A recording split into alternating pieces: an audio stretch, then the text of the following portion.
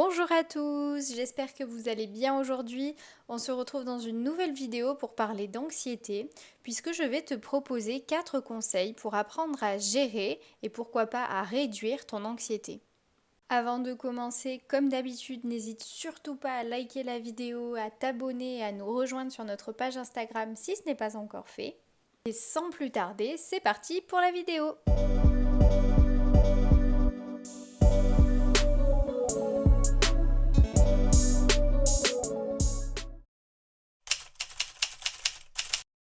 Commençons par quelques mots sur l'anxiété, puisqu'il s'agit de quelque chose que l'on peut tous vivre à un moment ou à un autre, mais qui devient problématique lorsque on ressent cette anxiété de façon récurrente et envahissante dans notre quotidien.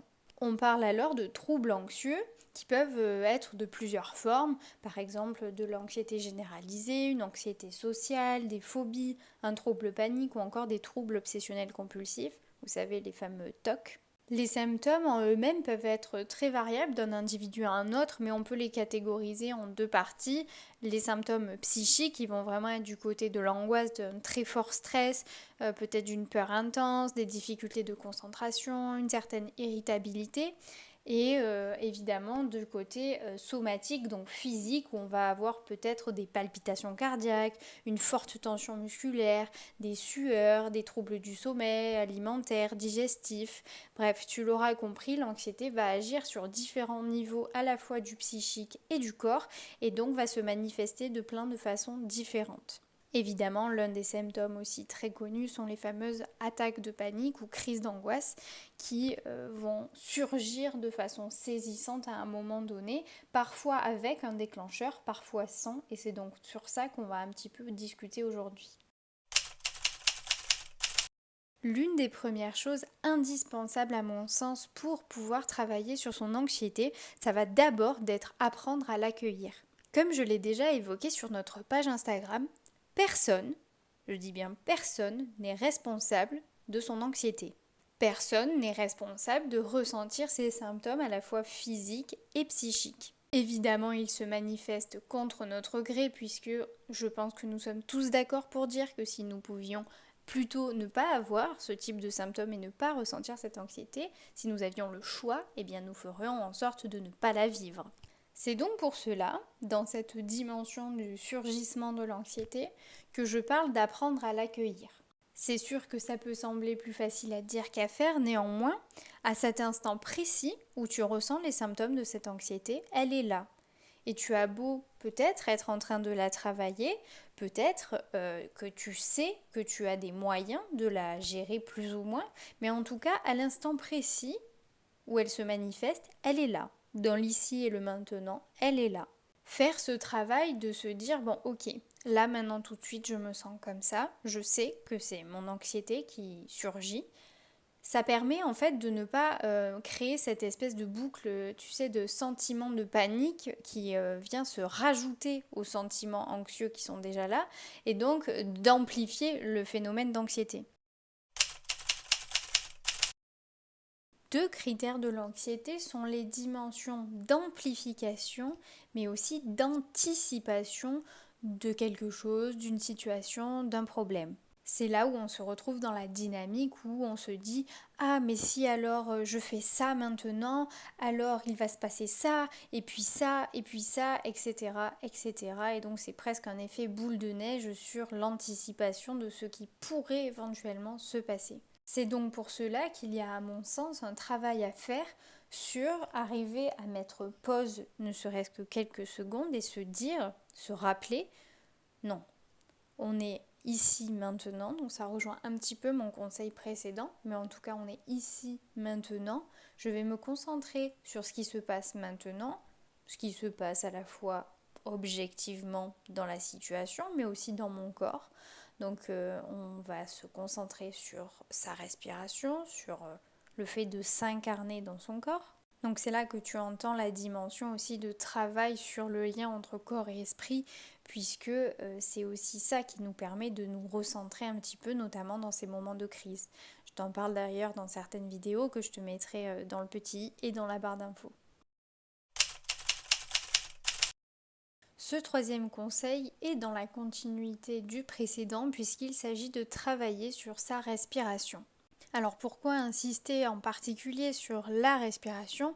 C'est parce que c'est justement par ces processus, ces exercices de respiration que tu vas pouvoir essayer de retrouver un équilibre corporel, donc d'un point de vue vraiment physiologique, et qui te permettra du coup d'apaiser ce moment de crise et de saisissement en fait de la vague d'anxiété. N'hésite pas à me faire savoir en commentaire si une vidéo particulière sur des techniques de respiration vis-à-vis de l'anxiété, mais pas seulement, hein, ça peut être en cas de grosses vagues de stress liées à un événement particulier ou peu importe. N'hésite pas à nous dire en commentaire si une vidéo sur le sujet t'intéresserait. En attendant, pour cette vidéo, je vais te citer quelques techniques de respiration. Tu pourras faire tes recherches ou même carrément aller voir un sophrologue puisque ce sera idéal pour apprendre à les maîtriser. Parmi les techniques de respiration les plus connues, on va avoir bien sûr la cohérence cardiaque, mais aussi la respiration en 5, la respiration avec expiration prolongée ou encore le souffle du Bouddha. Bien sûr, il existe de nombreuses techniques afin de ralentir, on va dire, notre système cardiaque et de pouvoir justement ralentir tous les symptômes, diminuer plutôt tous les symptômes physiologiques et donc aussi apaiser notre esprit par la même occasion. J'ai fait un post sur le sujet sur notre Instagram, alors n'hésite pas à aller le voir si ça t'intéresse. Mon dernier conseil traite cette fois-ci de la gestion de l'anxiété à plutôt long terme et non simplement au moment d'une crise comme ça a pu être le cas pour les conseils précédents. Et il s'agit de la question de l'hygiène de vie. Comme nous l'avons vu précédemment, l'anxiété va agir à la fois sur le corps et sur l'esprit. De ce fait, la question de l'hygiène de vie, qui peut être peut-être un peu simpliste a priori, est en fait indispensable à la gestion de l'anxiété sur le long terme. Si j'en ai déjà touché 2 mots dans notre vidéo précédente que je te remets dans le petit i, eh bien il s'agit ici de vraiment penser à la fois ce que l'on met dans notre corps et ce que l'on fait de notre corps. Il s'agit donc d'être attentif encore une fois à nos besoins les plus élémentaires pour créer un contexte de vie tout simplement, qui soit le plus optimal et le moins stressant possible. Il faut donc faire attention bien sûr à notre sommeil qui est l'un des principaux déclencheurs de stress et de fatigue et d'accumulation en fait sur notre corps et sur notre esprit. Et donc il s'agit aussi de penser à notre alimentation, à ce que l'on met à l'intérieur, puisqu'en effet tout ce que l'on va manger, boire, va avoir un effet sur notre système hormonal, sur la santé de nos muscles, et bien sûr sur le fonctionnement général de notre corps et de notre cerveau. Enfin, et bien sûr, la question de l'activité physique va être absolument fondamentale dans la gestion de l'anxiété à long terme. À nouveau, comme je te le disais dans mon autre vidéo, pas besoin d'être un grand sportif, un grand athlète pour pouvoir voir des bénéfices en fait du sport sur son corps, puisque rien que le fait de bouger, que ce soit marcher, danser, peu importe ce que tu veux, va avoir un effet à la fois encore une fois sur ton système hormonal, mais aussi sur ton corps de façon générale. Je suis sûre que ça te parle de lorsque tu as fini, je ne sais pas, une séance de sport ou en tout cas un effort un peu plus intense que ce que tu as l'habitude de faire, ce sentiment de bien-être qui s'installe, bon ben voilà, ça peut faire partie des choses à pratiquer soit au quotidien si tu le peux, soit de préférence à un moment où tu sens que tu n'es pas spécialement bien et où tu sens que peut-être l'anxiété est en train de monter crescendo, bah ça peut voilà, te permettre d'évacuer en partie en tout cas le plus possible ce stress.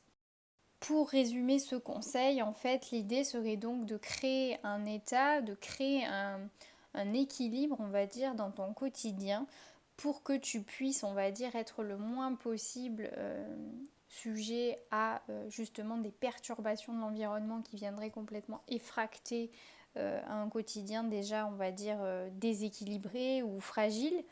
Donc bien sûr, c'est pas ça, c'est pas juste l'hygiène de vie qui te permettra de ne plus vivre ton anxiété, mais en tout cas, ça permettra peut-être d'arriver à mieux la réguler par moment. Mon tout dernier conseil pour cette vidéo, peut-être l'as-tu vu venir, il s'agit bien sûr de ne pas hésiter à demander de l'aide extérieure. Comme je te l'ai dit au début de cette vidéo, les troubles anxieux se caractérisent par la dimension de l'envahissement du quotidien. On se sent submergé par cette anxiété et bien sûr elle varie en termes d'intensité d'un individu à un autre et bien sûr d'un moment à un autre. C'est pourquoi parfois, malgré ces conseils que j'ai pu te donner ou bien sûr des tas d'autres que tu peux retrouver un petit peu partout, que ce soit sur internet ou en t'adressant à des professionnels, il est franchement pas impossible que ça ne suffise pas. Et tu peux avoir besoin d'une aide, et donc par aide, j'entends une véritable thérapie ou en tout cas un accompagnement professionnel pour t'aider à te stabiliser.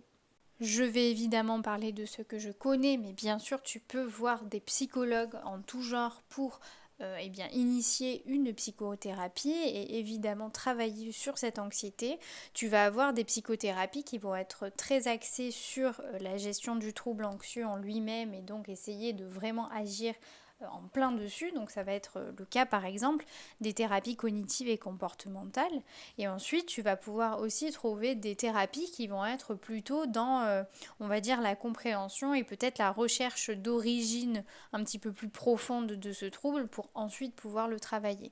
Bien sûr, tout ceci est ta propre appréciation, c'est toi qui décides ce que tu as envie de faire en fait, et donc quel professionnel consulter. N'hésite surtout pas en tout cas à contacter des professionnels et à les questionner ou à leur dire tes inquiétudes, peut-être même tes envies du moment, quelles sont tes attentes de cette thérapie.